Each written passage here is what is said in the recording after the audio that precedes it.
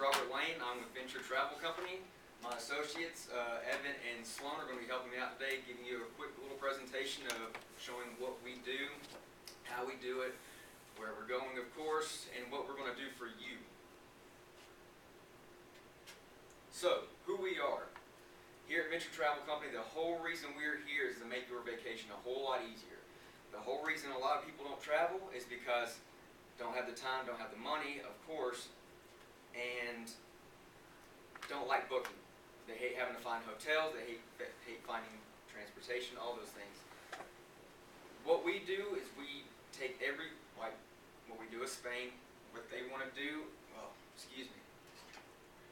So, I lost my train of thought for a second.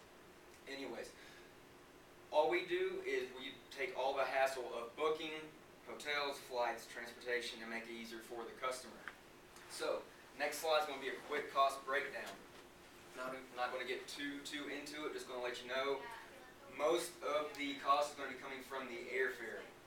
Car rental's not too much, don't worry about that, we're going to cover that.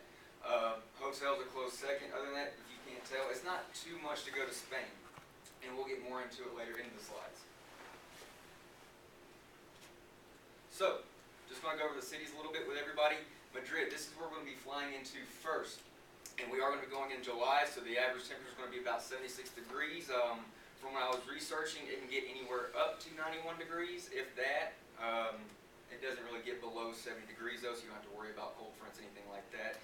It is in Colorado. And one place that Madrid is known for is the Royal Palace of Madrid. The whole reason I didn't put the Spanish name is because I couldn't pronounce it, and I didn't want to butcher it for everybody. Alright, Burgos. Go over this a little bit. Known for Plaza Mayor Square, like I said. The whole reason I didn't put it in the Spanish name is because I don't want to butcher it for everybody. Average temperature is going to be about 68 degrees. Now, what you might be thinking is this is very, very, very mild temperatures for July. Well, they have it's the Mediterranean, so they have a more tropical climate there. It's not going to be dry like here. It's going to be very, very humid. I think that's about it I'll have. I'm going to go ahead and switch it over. Who would like to take over next? You want? Okay. Alright, so as Robert was saying, we're just kind of mapping out cities we're going to go visit. Next one on our stop will be Bilbao. It's known for the Guggenheim Museum. It's pretty world famous. I'm sure most of you have heard of the Guggenheim. Again, throughout the whole trip, we're looking at temperatures around high 60s, low 70s, but again, very humid, so prepare for that. Next stop will be San Sebastian.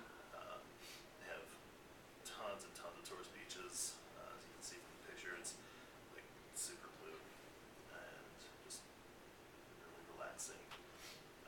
Most of what we're going to be doing in these cities is just kind of exploring on your own, especially when we have a beach day planned for you here in San Sebastian. And before you go on with San Sebastian, I'm sorry, I didn't mean to cut you off. That's one of the big ones that we always got was, are we going to go to a beach? I mean, we're going to Spain in July, we're going to the Mediterranean, are we going to go to the beach? So yes, that is going to be our beach trip, and it's just not, like he said, it's not just one beach. There is a more expensive beach, like a frou-frou beach. Don't worry, we're not going to go there. It's going to cost a little bit too much. There you go. Next up will be Pamplona, and this will be one of the more adrenaline-filled stops of the trip. This is where they have the running of the bulls during the festival of San Fermin.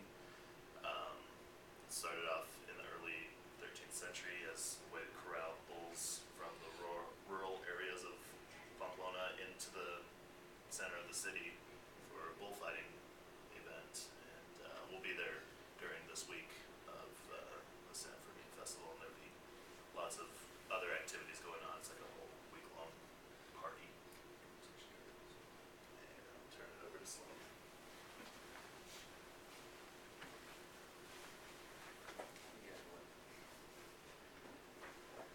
Alright, next would be Zaragoza. I just lost my train of thought. Wow.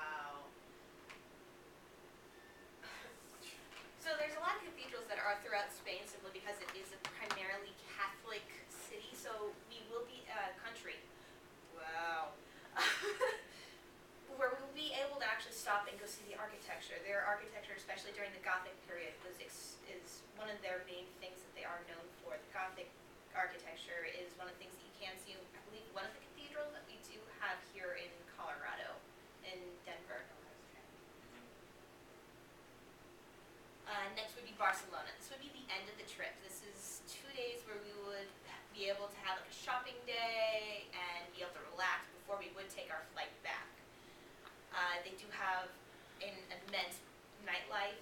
It is closer to the sea as well, so if possible, we would like to try and get another beach day in, but that does not mean it would likely happen, simply because there is so many things that we would like to try and get you guys to be able to go out to first and foremost. That way you guys aren't missing all the culture that they have within Barcelona.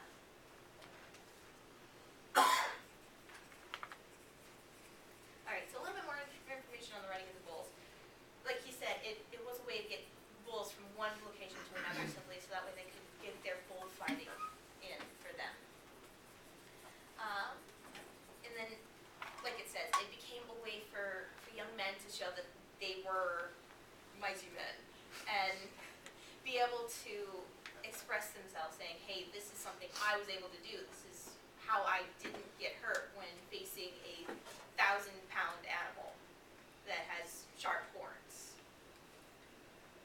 By the way, we will not be participating in the running of the bulls. We will just be watching. Insurance policies. This is not the time or place to prove your manhood, so.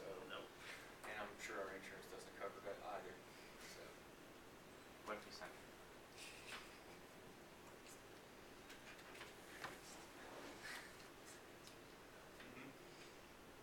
So, that's all we have for you guys. So, we hope you choose us.